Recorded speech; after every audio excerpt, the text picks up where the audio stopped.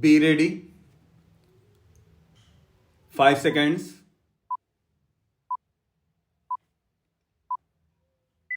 Start. The present government's decision to withdraw high value currency notes from circulation was a bolt from the blue. The time consuming process to print new notes and replace scrapped ones, coupled with a cap on daily cash withdrawals, created panic among 24 crores bank account holders. Most rushed and stood in queues before banks to exchange their old currency notes and get their daily quota of cash. The Supreme Court being the panacea of all ills, several public interest litigations were filed challenging the validity of demonetization. The Supreme Court decided to focus on ameliorating the harassment faced by common people forced to stand in queues for hours by the government's decision to demonetize without warning. On Friday, an SC bench headed by the Chief Justice of India surprised many by its grim assessment of the possible fallout of people being forced to stand for hours in frustratingly long queues.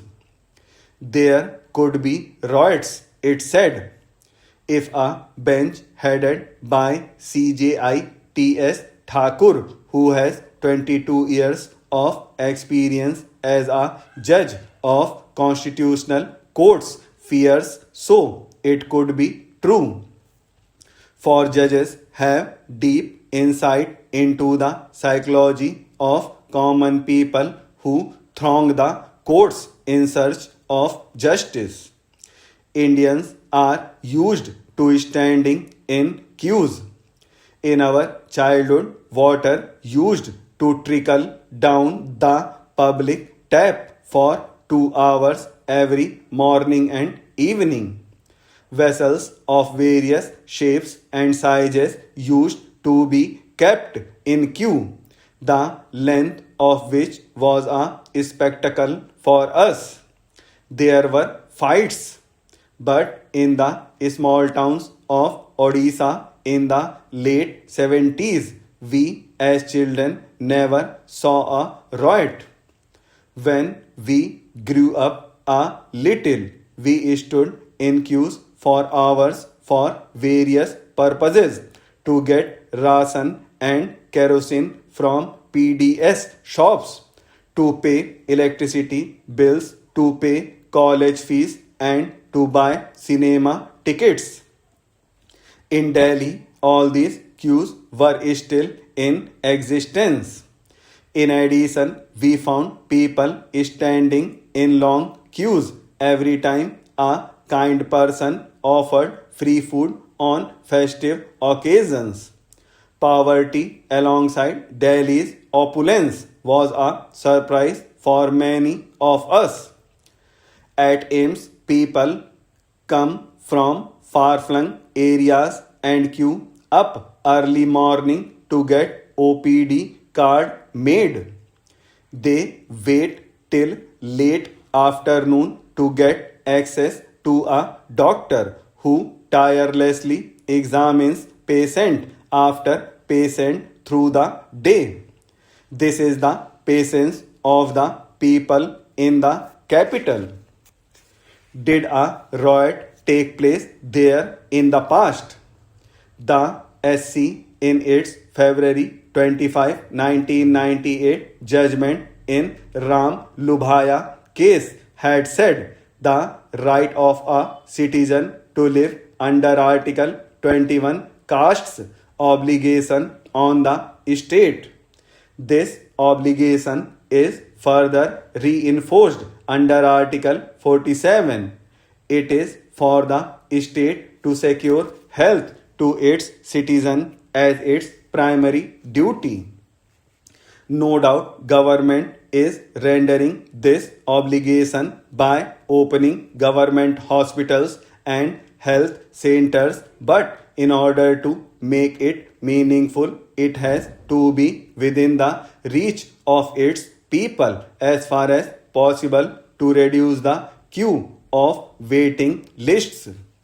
The SC would like to have a fresh look at the facilities in hinterland government hospitals which have rotted over the last few decades.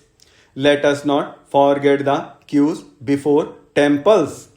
In A.S. Narayana case, the SC described the queue at Tirumala Tirupati temple. Thus, Lord Venkat temple of TTD has its centuries old history. It had its glory with the patronage of Chola kings who donated large tracts of land for its maintenance and upkeep. Equally, it suffered plunder by French invaders and British Empire, which used its income as part of the public exchequer. It has regained its great glory with immense faith and devotion the people have in Lord Venkat, who visit daily in lakhs, wait in queue for a day for darshan for a few seconds. Did we ever hear of a riot at Tirupati temple? Last but not the least is the long queues of litigants before courts.